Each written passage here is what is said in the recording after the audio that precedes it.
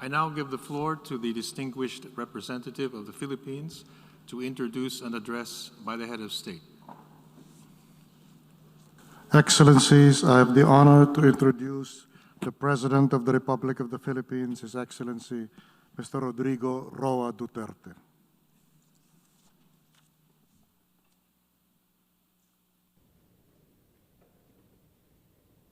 Mr. President, I congratulate you on your election and welcome your presidency of hope. Indeed, that is what we need in these challenging times. For nearly 2 years now, the pandemic has upended our lives. The climate crisis has worsened, the inequalities have deepened, and the geopolitical balance is in a state of dangerous flux. Certainly, these are complex problems, but one thing is clear. They all hit the poor the hardest. Injustice is the common thread that ties these issues together. When I spoke before this august body last year, I said that how we address these issues will define our future. From what I have seen, that future will likely be one of inequality, where the poor plays catch up with the rich, with no hope or chance of ever succeeding in closing the gap. We cannot, in all conscience, allow this to happen. An unjust order is inherently volatile. We have to reverse course. How then do we, as governments, reconcile our obligations to our own citizens with our responsibility to the rest of humanity? For the Philippines, we understand that we need to expand our notion of us beyond the nation, so we can work together to secure our common future. We recognize that only inclusive multilateralism can deliver the global public goods we need. And we believe that fairness, equality, and respect should always be the basis of our engagement with one another. Only with this can we correct the injustices that doom the downtrodden all over the world to a life of indignity, and for the thousands during this pandemic, certain death. Mr. President, the picture is bleak. It is a man-made drought of vaccines ravaging the poor countries. Rich countries hoard life-saving vaccines while poor nations wait for trickles. They now talk of booster shots where developing countries consider half doses just to get by. This is shocking beyond belief and must be condemned for what it is, a selfish act that can either be justified rationally or morally. The plain fact is, this pandemic will not end unless the virus is defeated everywhere. Vaccines are key to achieving this. This is why the Philippines committed $1 million to the UN's COVAX facility. This is our modest contribution to our collective fight against COVID-19. We strongly urge our privileged partners to fully support the COVAX facility and further strengthen other cooperation mechanisms. We need this to save more lives, break the cycle of variants, and help ensure global economic recovery. Just as COVID-19 has had an uneven impact on the peoples, climate change has also exposed the varying vulnerabilities of countries around the globe. The risks and burden of a warming climate are simply not the same for everyone. The greatest injustice here is that those who suffer the most are those the least responsible for this existential crisis. But here we are now at a critical tipping point where failure to act leads to cataclysmic consequences for the whole of humankind. The Philippines accepts its share of responsibility and will do its part to avert this collective disaster. We submitted our first nationally determined contribution with a target to reduce greenhouse gas emission by 75% by 2030. I issued a moratorium on the construction of new coal power plants and a directive to explore the nuclear energy option. But this contribution will be rendered useless if the biggest polluters, past and present, choose to do business as usual. We therefore appeal for urgent climate actions, especially those who can truly tip the balance. Developed countries must fulfill their long-standing commitment to climate financing, technology transfer, and capacity building in the developing world. This is a moral obligation that cannot be avoided. Our world's transition to a green economy must not be at the expense of developing countries' economic vitality. It simply cannot be, or it would be another travesty of justice.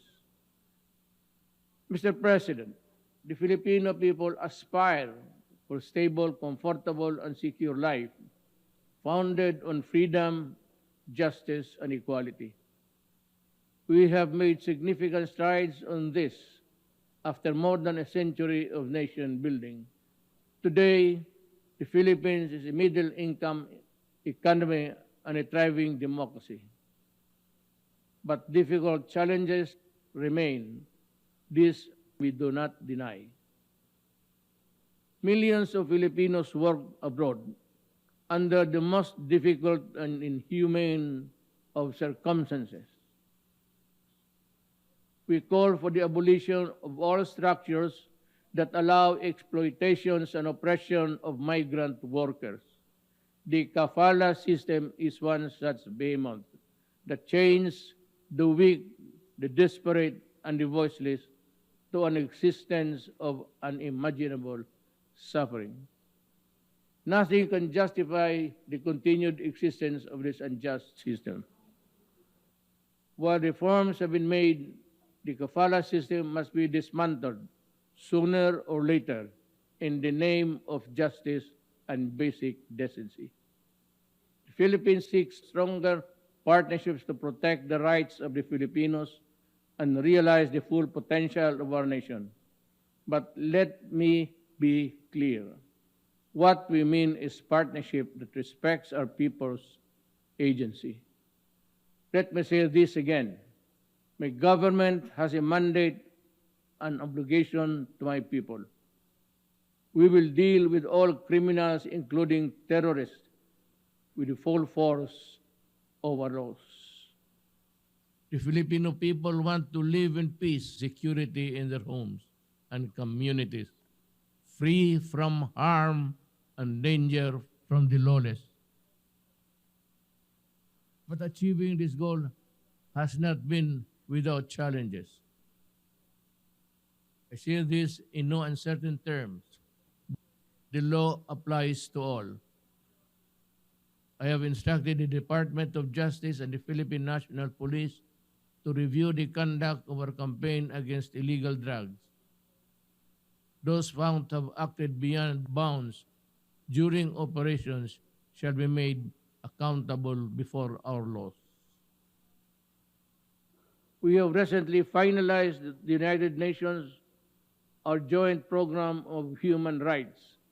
This is a model for constructive engagement between a sovereign member state, and the United Nations. Meaningful change to be enduring must come from within. The imposition of one's will over another, no matter how noble the intent, has never worked in the past, and it never will be in the future. How many more countries shall be made to unravel and descend into chaos before the powerful heed the simple lesson? In dealing with complex problems in nation building, let us consider pragmatic approaches that square ideals with reality. Sure, they may lead us to imperfect solutions, but solutions nonetheless that actually work. We will pay the price for the misadventure of the few that spiral into humanitarian disasters.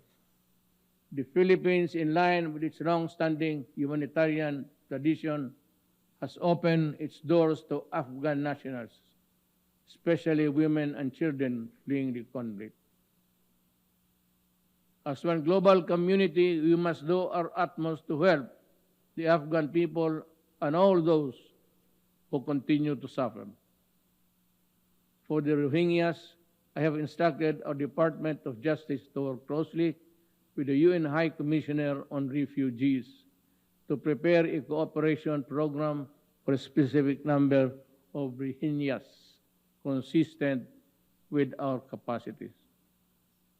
The Philippines has limited resources during these extraordinary times. But what we can do for humanity and will uplift human dignity, we will. Mr. President, in a period of profound geopolitical change, it is vital that all countries, big and small, commit to the rule of law fully and firmly. For a world without law is a world of disaster, where the weak is at the mercy of the strong. There can therefore be no other acceptable basis for a global order but the law. We must resolve disputes peacefully, as we manifested in the Manila Declaration of Peaceful Settlement of International Disputes. The Philippines is one with the ASEAN and other stakeholders in ensuring that the South China Sea remains a sea of peace, security, and prosperity. The 1982 UNCLOS and the 2016 Arbitral Award of the South China Sea provide a clear path towards a just, fair, and win-win solution for all.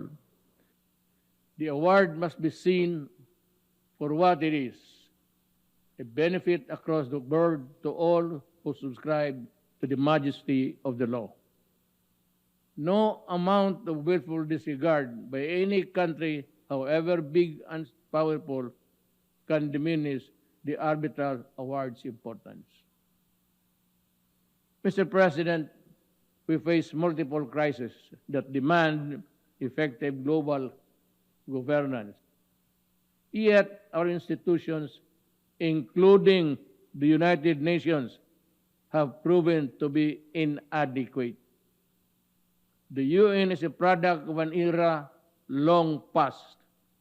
It no longer reflects the political and economic realities of the world.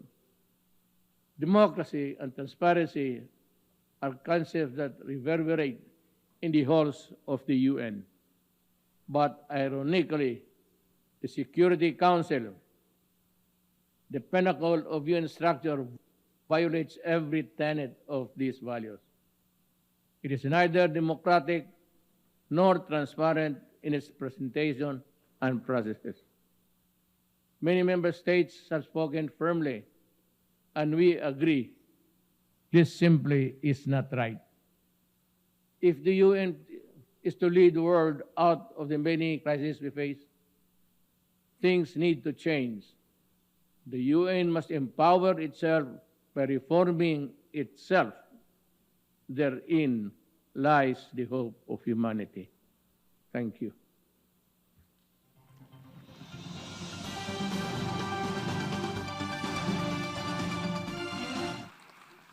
On behalf of the General Assembly, I wish to thank the President of the Republic of the Philippines for the statement just made.